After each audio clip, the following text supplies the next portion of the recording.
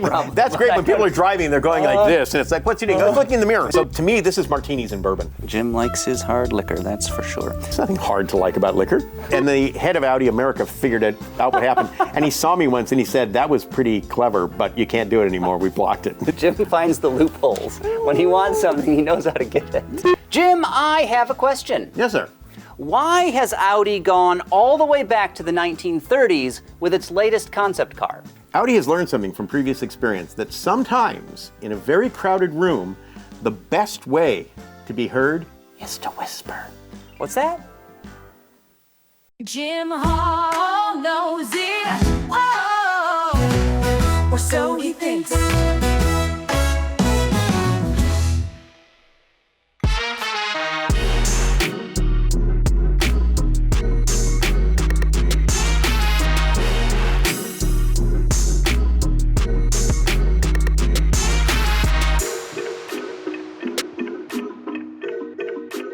So Audi recently unveiled a stunning new vehicle. It's called the Concept C. It's an all-electric sports car. It's got a retractable hardtop, and it sounds like it's foreshadowing an upcoming production model. Yeah, it looks like it'll be a product that will fit between basically the Audi TT and R8, both of which are now out of production. So there's a clear space for an Audi sports car. Yeah, they've got a vacancy. They're hiring. Exactly. For this role. Now, beyond that, the vehicle also previews a whole new design philosophy for the brand. They're calling it radical simplicity. It's going to be the core of the new Audi look. Right. That's what we're seeing on this Concept C. It is striking, actually. The vehicle is. And like another Audi concept car of about 30 years ago, it's very polarizing. Yeah. And that's already been shown. There are people that, they get it. There are people that have equated it to the Jaguar 00. And, I don't see it there. I can see similarities, and there are reasons for those similarities. But philosophically, this is something that it ties into what Audi has been. Mm-hmm. It ties into some nice, clear space in the market, which is really important. And in its own way, it's going to do what this 30-year-old concept car, the original TT that debuted at the 1995 Frankfurt show did. Yeah. Only here, it's in a more modern car. I mean, we're talking about a full electric. Mm-hmm. And we'll get to the importance of that here in just a minute, but I do want to cover a few of the specs of this vehicle. So let's talk a little bit about the vehicle itself. Mm-hmm. All electric, two-seat sports car. Unfortunately, no powertrain details, but probably a lithium-ion battery pack, probably 2 electric motors, probably 0 to 60 in 3.2 seconds, whatever. This is pretty easy to do with electric. Right. It's easy to do with electrics. The other thing is sports cars, as far as packaging people in them, are much easier to do with electric than they are with an IC engine. They're showing this thing as a two-seater. I suppose theoretically they could throw a set of jump seats back there for German tax benefits and so on if they wanted to. Because your insurance price goes way up, right? It's the reason 911s have functionally useless rear seats. It's why the original TT had these really useless back seats, because if you didn't have them, your insurance by categories in Germany goes up 2, 3, or 4 categories, which is a lot of money.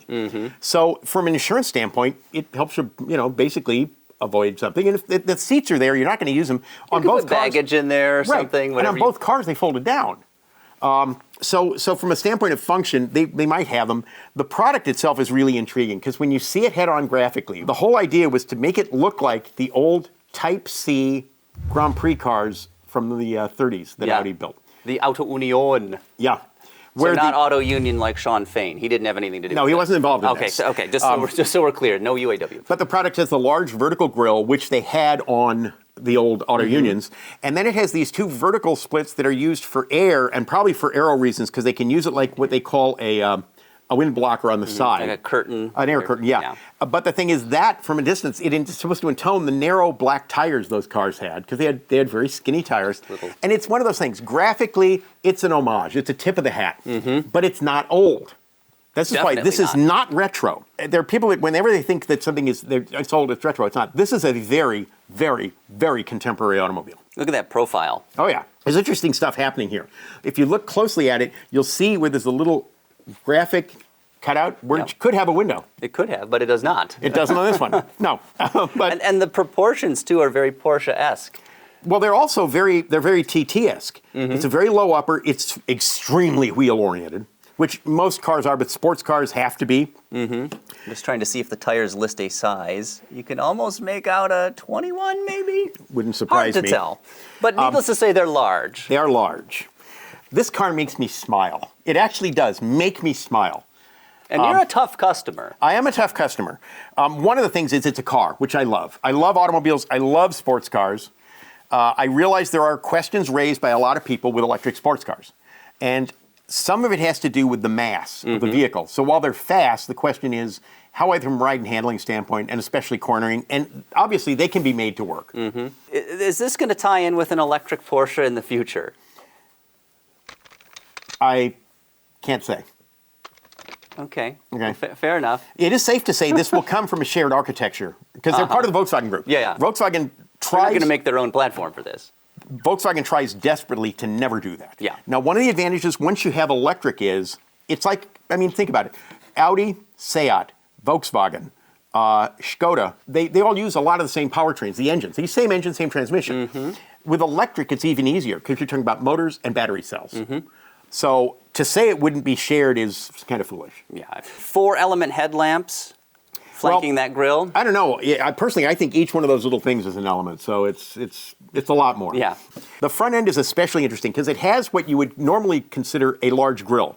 For a vehicle that probably doesn't need that for cooling the power electronics for the battery. No. They can get air in a lot of other places. But it's a great place to put what we call the sensor farm, which is where all of the sensors that you use for auto braking, for distance control and so on, you can put them there.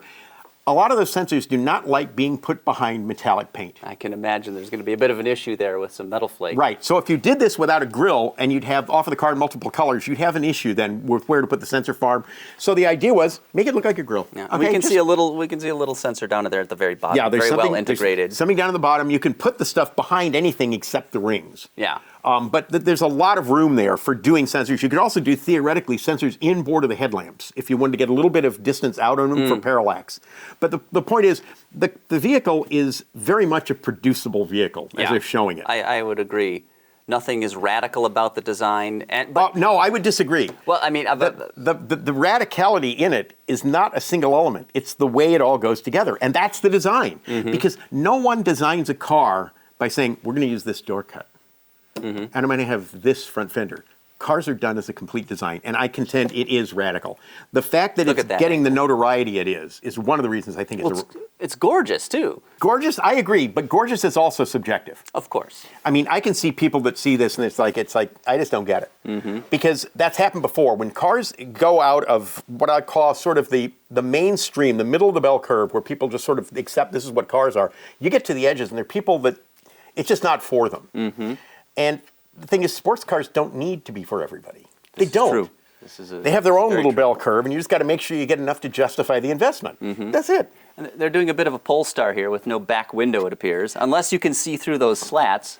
I'm not sure. I don't know either. Yeah. But I mean, there are other cars. There's some mid-engine cars that do not have very good visibility. And there was a Lotus that had no rear window that was sold here. And then you have cars where there's bad visibility out the rear, and it's augmented with a camera that's used for a video camera rear camera mirror. I love that feature. I love them too. I know people that hate them.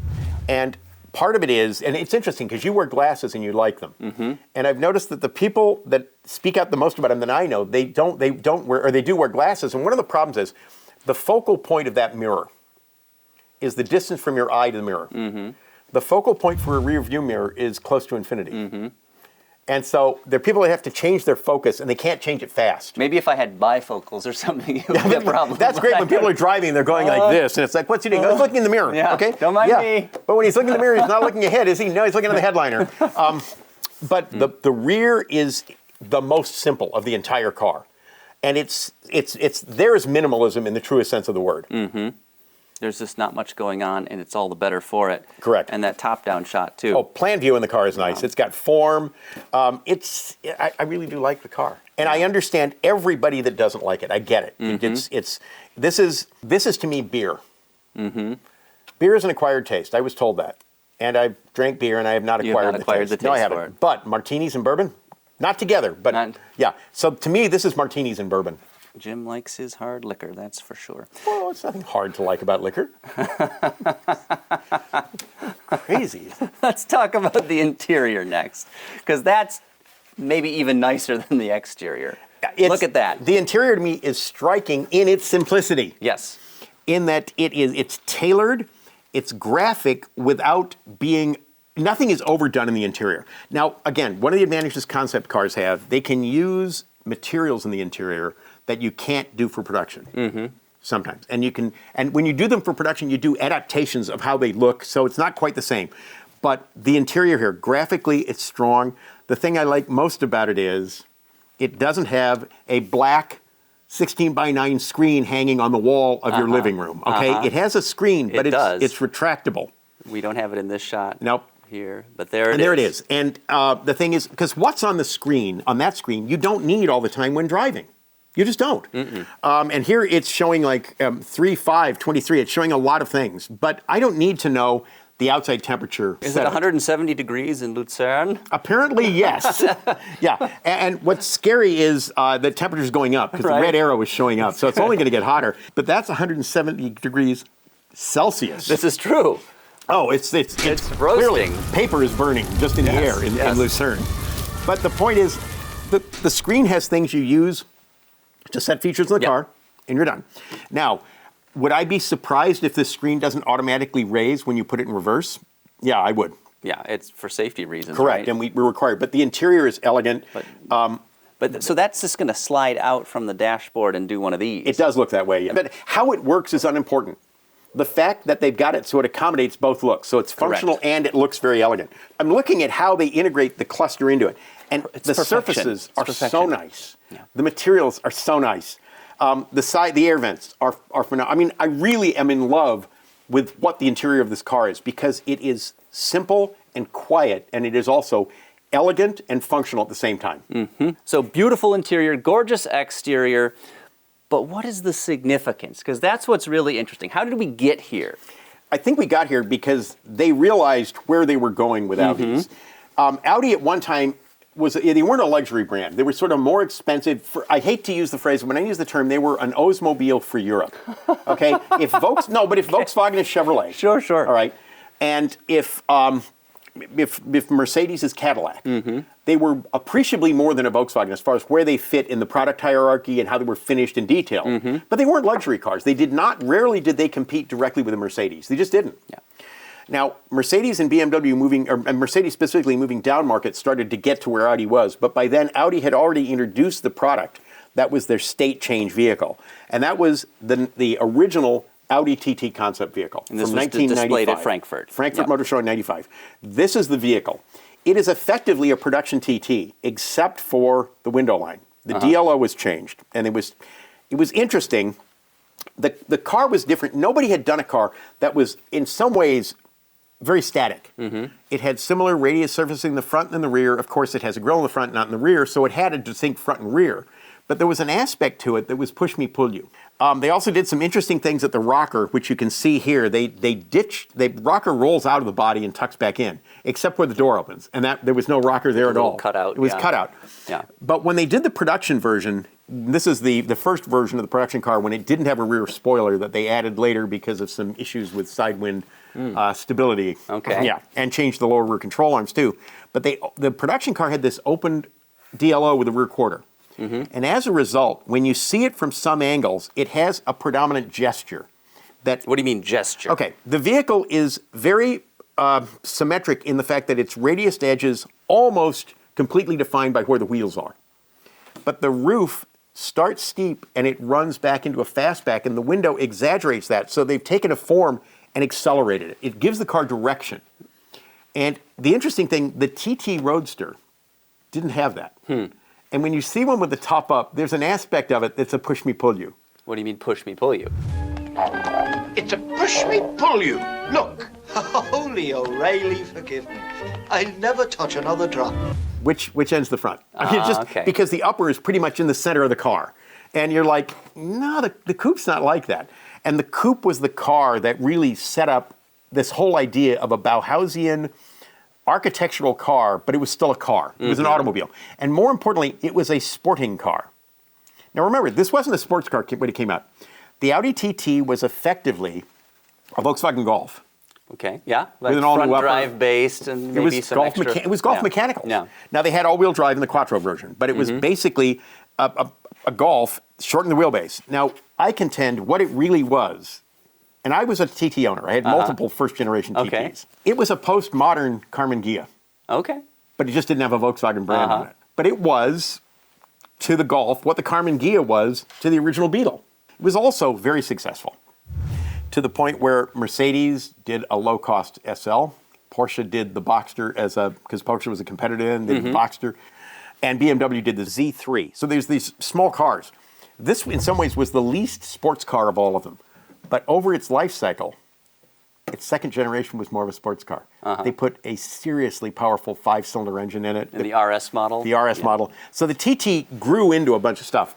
But more important than the subsequent TTs was the fact that the TT set a design philosophy visibly to customers for other Audis. Okay. So And what is that philosophy then? And is that what we're going back to with the Concept C? The TT sort of set to the public's eye a direction that other Audis would follow. And the best example of this is probably when the A6 debuted almost 4 years after the TT. This is the rear of the A6, which was the most distinctive part of the car. It was unlike what you saw on the German mid-market sedans. And this was a larger sedan. The A4 would be mid-market. This was slightly above that, the A6. The radiused rear, the lamp graphics are similar to the TT or vice versa in that they radius out and they form in side view a line that's compatible with the character of the fender line. This was a standout car. It's gorgeous. They were gorgeous. Stunning. They were different. The interesting thing is it went through some changes in the life cycle. This is my favorite, the S8, which we didn't get in the U.S., unfortunately. This is the facelift car where they were trying to extend the graphic of the grille into the lower grille. Foreshadowing something that was to come in a couple years. Correct. Yeah. But they first hinted at this with this car. The product itself was successful. It was successful in the United States, successful in Europe. And it was one of the things that made Audi considered to be more of what they were before. It wasn't simply, it wasn't an Oldsmobile anymore. It's sort of a high-end Buick. So it's getting close to where the luxury market is. It's still insulting. It's not insulting. It's to give somebody an idea of hierarchy, all right? I understand, Jim. Come on, insulting. Then the thing is, after the A6, they also had out the A8, the all-aluminum A8. First generation is the important one. Because it had the space frame.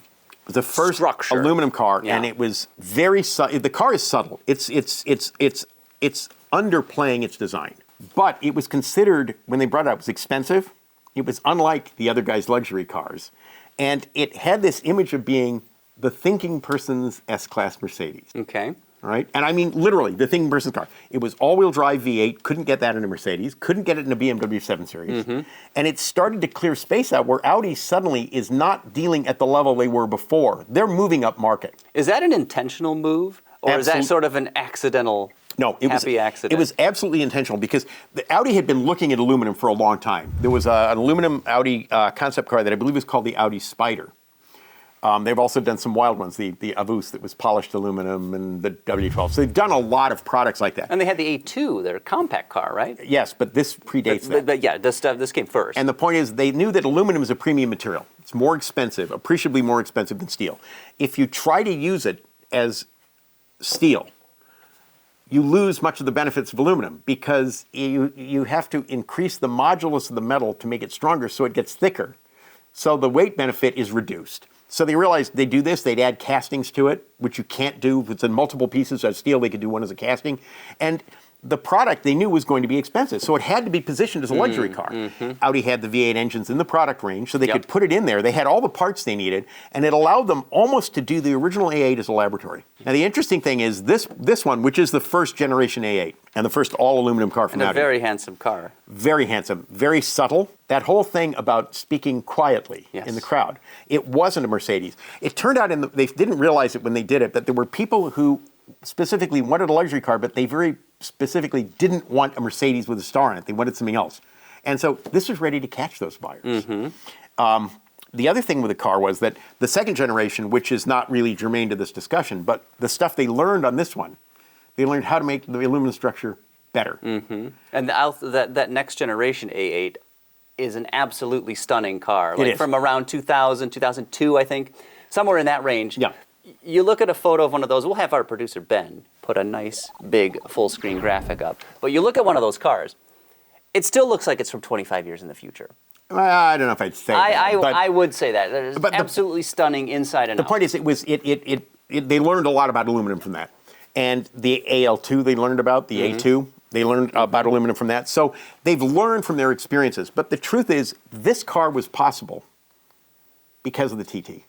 Really? How Because so? the TT, by standing out, by doing something nobody had done before, but doing it in a way where they didn't explain it, and then having elements of that appear on a family high-volume car like the A6, allowed them to sort of get noticed, and it allowed them to push the products up. Because the the Volkswagen parts bin then was chock full of engines. For example, there were two 2.8-liter V6s. One was a VR6, one was a 90-degree 6. Mm-hmm.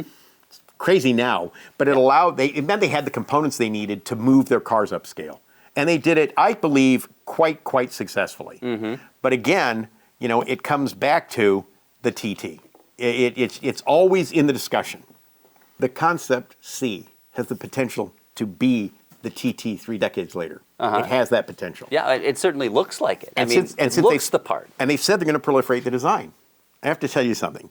There's something that when I look at it, it sometimes gets me scratching my head because there's the car. Now imagine, if you will, how do we interpret this design language on a sedan? It's understandable. You can kind of see it. Mm-hmm. How do we interpret this design language on a D-class SUV? It has to be done, though, if they're going to do it. They need to be consistent. I have no idea how this would scale up onto a crossover. I mean, in my mind, I can imagine it, and it's possible it could be done successfully. It's also possible that it could be a real mess. They have to resist the temptation to keep adding and adding and adding. Like you say, knowing when to put the pencil down is critical. Right, and the parts of it, the utilities may be simply in side surface velocity or graphics or so on. The front is where I think there could be some challenges making it work on other vehicles. I really do. I hope there aren't. I'm talking about when you physically scale it up, and the aspect ratio on the whole vehicle ceases being this, and it gets closer to square. Now, God knows, they're smart enough to do it well, and they might be expedient or greedy enough to do it poorly.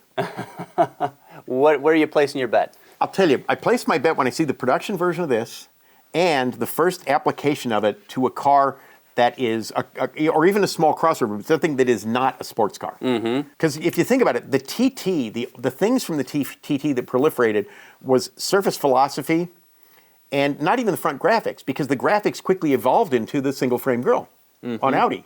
So it's about getting attention for you and making people think they see this car in your subsequent vehicles. Yeah. Please notice, I didn't say make them see it, but make them think they see it. Well, this is a gorgeous car, and I hope Audi is successful in honestly implementing this design strategy and spreading it across their lineup. And the production version of this car will show you how much latitude they have. But Jim, you've got an esoteric pick like we have in every episode of the show here. It could be something automotive related, an obscure bit of trivia, could be some media or something. I have no idea what it is. I have not seen it. Are we not doing merchandise today? Oh no, I'm segueing to the merchandise because we're going to get to your esoteric pick here in just a minute. But since you asked, Jim, I think merchandise is important. you gotta go AutoEsoterica.myspreadshop.com. That's the URL. We've also got an on-screen QR code. I think we'll put it over Jim's face. We've seen enough of him already for today. You can scan that with your phone, hit the link in the description box below. Check out all of the great merchandise that we've got for sale. You can get hats and mugs and tote bags, stickers, and a whole lot more. Original designs too.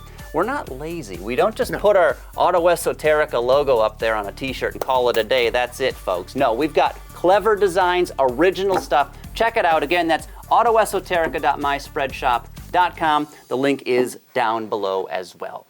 But Jim, your esoteric pick of the day, if you can manipulate the iPad. I can easily manipulate the iPad. It's so easy a Hall can use it. Yeah. The esoteric pick today is actually a car I owned. A car you owned. Yes. Okay. What did you own? I had A TT. that was almost a dupe of that. Okay. The color was slightly different. Mine was in a color that was called mineral gray that they didn't sell, but you got it through Audi exclusives, so you could special order it. And it was the 1.8 Quattro TT. You had 5 valves per cylinder, right? Yes, indeed I did, and I was 5 happy for valves. every valve. It also had a belt drive camshaft and interference engine Oh, that yes. if you didn't replace the belt, there were problems. I didn't have that problem, thank God, because I'm a smarter owner. But You sell the car before it needs service. No comment. But I absolutely loved the car. I really did. I sold it to a woman that worked for me when I was at Auto Pacific, and because she loved the car. She said, I want to buy your car. But when she first saw it, what you saw was that it had a red steering wheel.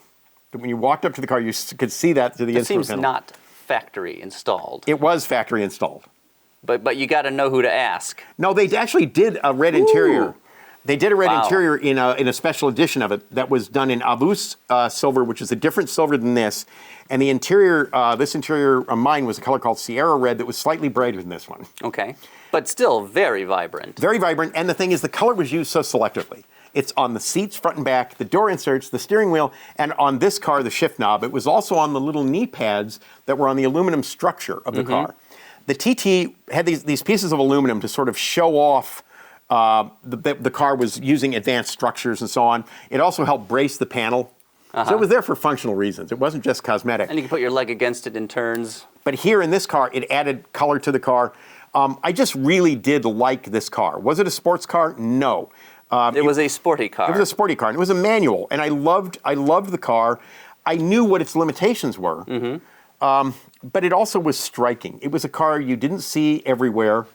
No. And it was a combo that drew attention to itself. I really did love this automobile. If I could buy my original back, I would. Yeah. Do you know if it still exists? Is it around? It does still exist. It does still Yeah, exist. it So does there's a still chance, exist. Jim. No, it's not going to happen. Not going to happen. Is the because- person not selling it, or is it so far gone that you don't here's want the it? deal. With the potential for the Concept C out there as a production car, You're leaving a space in the garage. I'm not. No. But I think I would rather have it than the old car. Okay. The old car, I'll think about what it was like and so on. It's nice, but the new car is about a new adventure. Yeah. I bet if you went and drove it, you'd be disappointed too. Because Drove the old car? Your original. I agree. Yeah. That's how because memory works. mine had what was called S-line chassis in it, which wasn't sold in the States because it dropped the car down another 10 millimeters, and it made the front bumper beam right at the ragged edge of not being legal. So they Okay. just blocked it from being sold. And I found a way you could put it on an order and it would get processed. Oh, so you got to know a guy. No, and Jim it was just knows the a opposite. lot of folks. It was just the opposite. I Oh, did was it, and the head of Audi America figured out what happened. And he saw me once, and he said, that was pretty clever, but you can't do it anymore. We blocked it. It's like, darn. Jim finds the loopholes. When he wants something, he knows how to get it. Usually, yes. Jim, fascinating discussion as always, and I'm really excited to see what Audi's going to do with this new design theme. I as well. Thanks for having me. I really enjoyed it this time. It was a good show. It's a pleasure as always. I hope to do some more with you in the future. I suppose we could, yeah. Yeah, we'll put that on the calendar. But next up, BMW is also radically changing its design philosophy. And just like Audi, they're looking way into the past to do that. And Jim and I just talked about that in another video. So click the link on screen to check that out next.